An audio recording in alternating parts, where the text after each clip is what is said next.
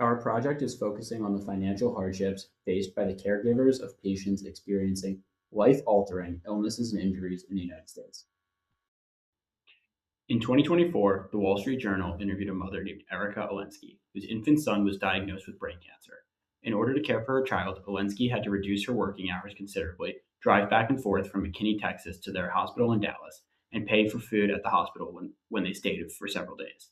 Years later, after incurring over $100,000 in debt, she filed for bankruptcy. Erica Olensky's story is unfortunately very common in the United States, as financial barriers caused by life altering illnesses extend beyond the patient. We are defining life altering illnesses and injuries as illnesses and injuries that cause a significant impact to the day to day functioning or ability to participate in normal roles, like school, work, relationships, and so forth. While the classification of life altering is subjective, we intend to focus specifically on serious diseases and illnesses that create a need for caregiving from another person for an extended period of time. While it is difficult to quantify exactly how many people experience a life altering injury or illness and the amount of people experiencing those injuries and illnesses that require caregivers, we have compiled research and data that incorporate a relevant but non exhaustive sample of conditions. Given the subjective nature of the topic we are discussing, any condition can impact someone in a manner that can be deemed life altering. In terms of injuries and illnesses that require care from another person, roughly 53 million people each year require care from an informal caregiver, which is classified as an unpaid care provider that is usually a family member or friend, as opposed to formal paid caregiving services. Taken together, the research we've covered thus far suggests that there are tens of millions of Americans, both patients and caregivers, who are facing significant financial hardships as a result of needing to take time off work or significantly adjust their role at work to accommodate a loved one's illness or injury. Beyond being responsible for the health and well-being of a loved one experiencing an illness or injury, informal caregivers are still expected to earn enough income to financially sustain their family, but do so with the time constraints of providing between 23.9 and 32.9 hours of care per week, as seen in Figure 5 titled Hours of Care per Week, over the course of between 1.9 and 4.1 years, as seen in Figure 3, Duration of Care. Note that these figures account for both cancer and non-cancer conditions.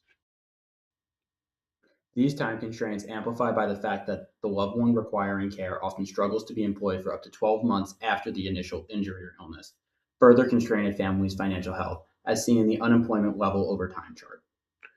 Patients and their caregivers are harmed through a phenomenon called financial toxicity, which encompasses psychological distress, materialistic harm such as debt, and negative coping behaviors, which are lifestyle changes and actions taken by patients and caregivers to manage the financial strain of cancer treatment that ultimately compromise their long term economic stability or medical outcomes, which ultimately perpetuates the harms.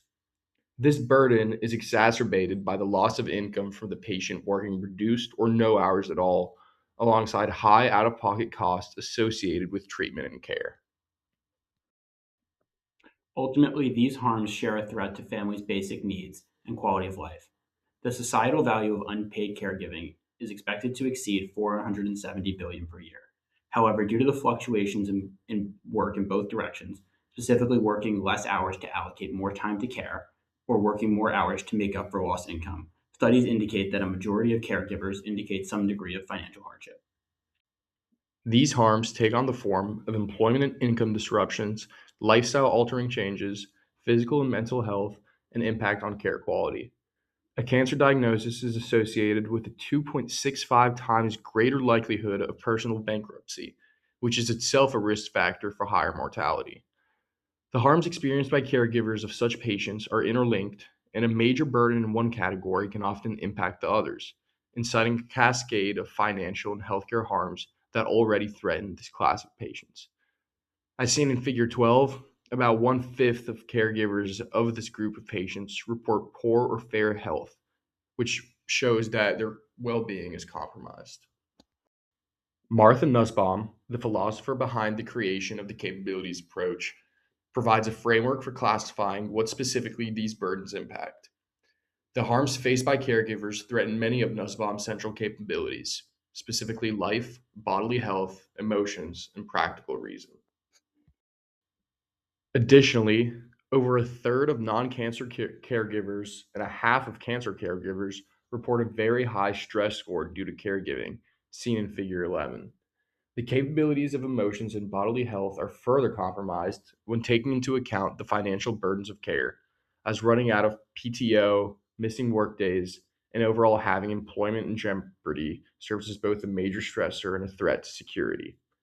Practical reason is perhaps the most impacted, as Nussbaum's definition being the ability to critically engage in planning one's own life is endangered when taking into account the debt, asset liquidation, and savings depletion by these caregivers, many of whom go on to care for their loved ones for years on end.